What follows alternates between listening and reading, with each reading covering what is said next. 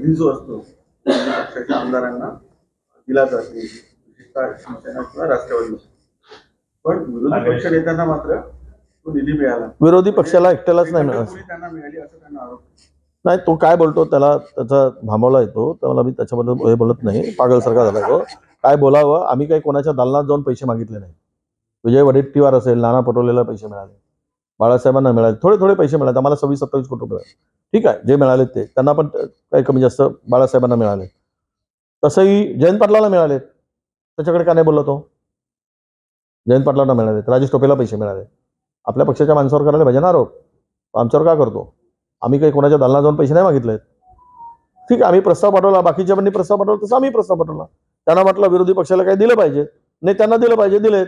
पहिले सुद्धा असंच होत होतं, काही नेत्यांना भेटायचे, पण आम्ही मात्र थोडे दिलदार होतो. आम्ही त्यांना सगळ्यांना आम्ही 5 कोटी घेतले तर त्यांना 2 कोटी द्यायचे. त्याने आता म्हणजे त्यांनी जर विरोधकांना आमदार निधी द्याय, आपला विरोधक आमदार आहे म्हणून द्यायचंच नाही आणि समतोल विकासाच्या गोष्टी करायच्या, हा ढोंग पण आहे त्यांचा. त्याच्या डोक्यात काय घुसलंय ते सीएम आहे आणि त्या मतदारसंघाला लागून त्यांचा मतदारसंघ आहे जुन्नरचा. तर त्यांचं ते काय आपसात आहेत, त्याच्यामुळे तो राग आमच्यावर करतो. तिकडे काढावं त्या शिंदेवर.